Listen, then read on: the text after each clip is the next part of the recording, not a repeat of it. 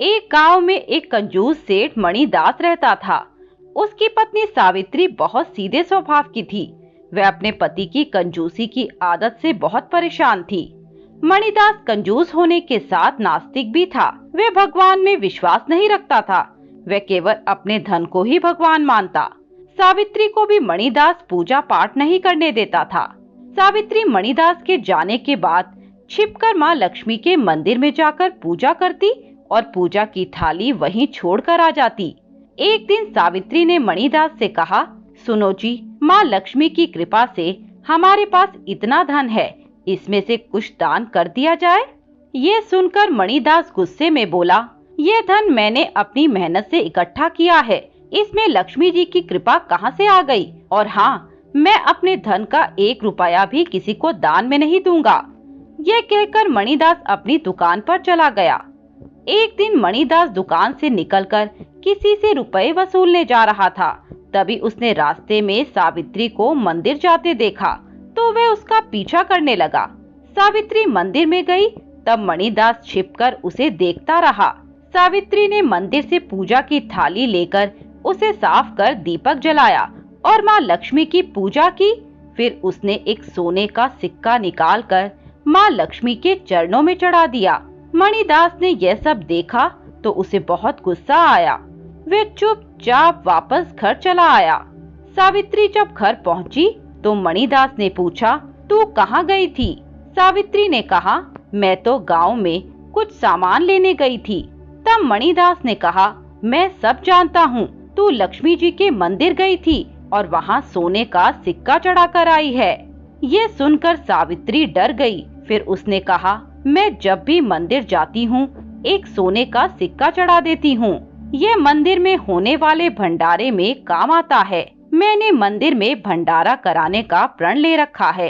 पिछले कई वर्षों से यह भंडारा होता आ रहा है। यह सुनकर मणिदास ने कहा, यह तो धन की बर्बादी है। आज के बाद यदि तू मंदिर गई तो मुझसे बुरा कोई नहीं होगा। सावित्री डर गई और कुछ दिन मंदिर नहीं गई। एक दिन मणिदास के घर मंदिर के पुजारी आए। उन्होंने कहा, सेठ जी, सेठानी जी बहुत दिनों से मंदिर नहीं आ रही, क्या बात है? तब मणिदास बोला, अब वह कभी मंदिर नहीं जाएगी और मंदिर में सोने का सिक्का भी नहीं चढ़ाएगी। मैं भी देखता हूँ इस साल मंदिर में भंडारा कैसे होता है।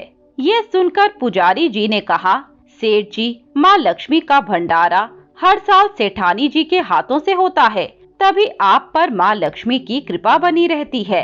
लेकिन मणिदास अपनी बात पर अड़ा रहा। निराश होकर पुजारी जी वापस चले गए। भंडारे का दिन नजदीक आ रहा था। सावित्री को चिंता हो रही थी कि भंडारा कैसे होगा। अगले दिन सावित्री ने घर में ही सोने का सिक्का एक स्थान पर रखकर उसे लक्ष्मी जी मानकर पूजा की और उस सोने के सिक्के को घर के पीछे कुएं में डाल दिया और कहा, माँ, अब आप ही इस सिक्के को मंदिर तक पहुँचा दें। सावित्री नियम से यही काम करने लगी। एक दिन सावित्री गांव में जा रही थी, तभी उसे मंदिर के पुजारी मिले। सावित्री ने उनसे कहा, पुजारी जी, आप चिंता न करें, माँ लक्ष्मी का भंडारा इस वर्ष भी होगा। मैं मंदिर नहीं आ सकती, आप भंडारे से 2 दिन पहले मंदिर के दान पात्र को खोलना, माँ चाहेगी तो सब ठीक हो जाएगा। तब पुजारी ने कहा, बेटी, गांव वाले तो बहुत गरीब हैं, ये भंडारा तो तुम्हारे चढ़ाए हुए सोने के सिक्कों से होता था, दान पात्र में तो कुछ भी नहीं होगा। सावित्री ने कहा, आप जैसा मैंने बताया है वैसा ही कीजिए, माँ लक्ष्मी का भंडारा अवश्य होगा। इधर मणिदास सावित्री पर पूरी नजर रखता था कि कहीं वह मंदिर न चली जाए। सावित्री छिपकर हर दिन एक सिक्के को माँ लक्ष्मी का स्वरूप मान पूजा करती और उसे कुएं में डाल देती थी। भंडारे से 2 दिन पहले मणिदास ने सावित्री से कहा, चल आज मेरे साथ मंदिर चल और देख तेरी माँ लक्ष्मी ने भंडारे के लिए क्या इंतजाम किया है। उसकी बात सुनकर सावित्री मुस्कुराने लगी और उसने कहा, भंडारे का इंतजाम तो हो गया होगा, चलिए मंदिर चलकर देखते हैं। दोनों मंदिर पहुंच जाते हैं। वहां कुछ गांव वाले पहले से ही खड़े थे। सबके सामने दान पात्र खोला जाने लगा। सावित्री आंखें बंद करके माँ लक्ष्मी को याद करने लगी। जैसे ही दान पात्र खोला गया, उसमें पानी भरा हुआ था। सभी को आश्चर्य हुआ कि दान पात्र में पानी कहां से आ गया, लेकिन सावित्री मणिदास की ओर देखकर मुस्कुरा रही थी। मणिदास गहरी सोच में डूबा था। तभी सावित्री ने कहा, आप चिंता मत कीजिए, यह पानी अपने ही कुएं का है।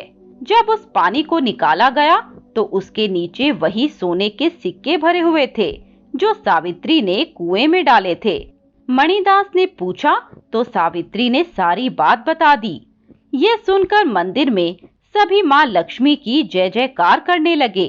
मणिदास माँ लक्ष्मी के पैरों में गिर गया और बोला, माँ मुझे माफ कर दीजिए, मैंने धन के लालच में आपको भी भुला दिया था। 2 दिन बाद मणिदास, सावित्री और गांव वालों ने मिलकर धूमधाम से माँ लक्ष्मी का भंडारा किया। उसके बाद मणिदास और सावित्री दोनों माँ लक्ष्मी की भक्ति करने लगे।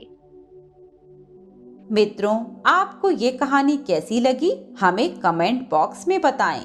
साथ ही ऐसी नई नई कहानियों के लिए हमारे चैनल कथा अमृत को सब्सक्राइब करें।